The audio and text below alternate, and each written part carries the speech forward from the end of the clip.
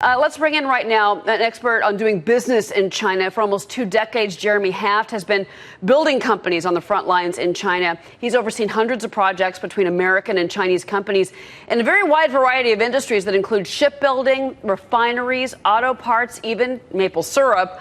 He's now a partner and a co-founder at Caracal Strategies. The firm helps companies break into or expand in markets like China, and he's the author of a brand new book. It's called Unmade in China, The Hidden Truth About China's Economic Miracle. Jeremy joins us now on a Fox Biz exclusive. I have to start with something that our reporter just brought up, Jeremy, and that's that no executives from Facebook, Twitter, or Google were there. They're not seeking out the president. These are companies whose voices, their freedoms have been silenced in China. What does that say to you about the trust issue between China and the U.S.? Well, it says that there are significant issues still to be ironed out. Those companies are blocked in China, and they've taken their marbles and have gone home. Now, it's noteworthy that those companies are still thriving, even without selling into the China market. So it's not a be-all, end-all situation where you have to be in China to succeed. But, you know, there are a whole bunch of other leaders who are not in the room that it's just as important to mention, and that is representatives from the small to mid-sized business community.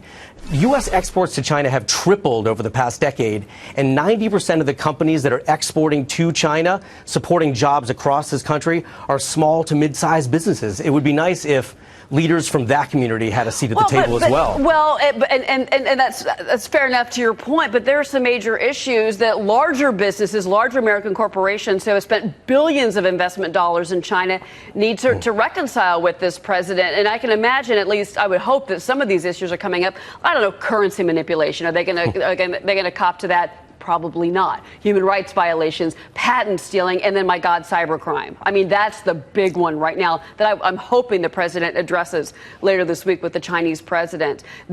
Everything I've seen so far in these interviews with the Wall Street Journal, he's only given a couple. This president seems to have nothing to say about any of these problems except, oh, it's fine, we're going to work it out. We're all friends. Well, that's true, and that's been the stance for China in this administration and prior administrations.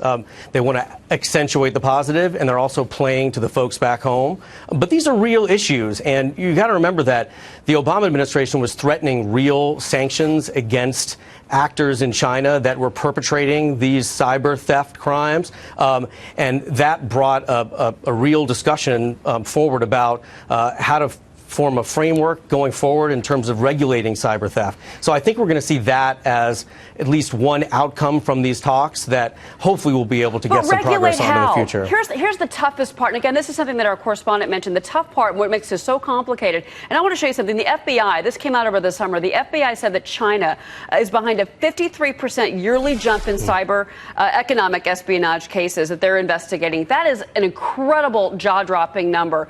And then you add on to the fact that all of these CEOs are sitting there trying to shake hands and play nice with someone who they can't possibly trust.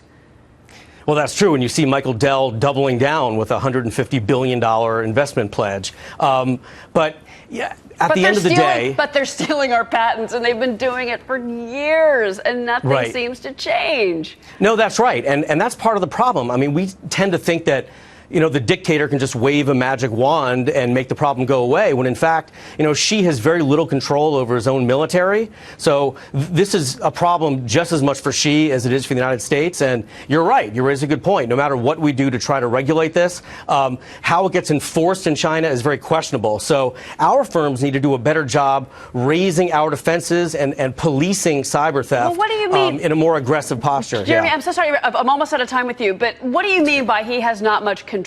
He's the president of China. That's true. That's true. But China is a sprawling bureaucracy with many powerful vested interests, including the People's Liberation Army.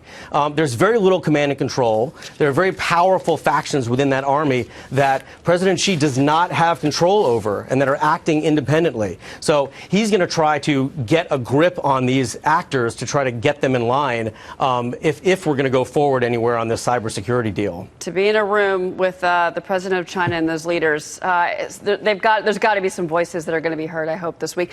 Jeremy Haft, Caracal Strategies co-founder, partner. Jeremy, thank you very much for the insight. Thanks for having me.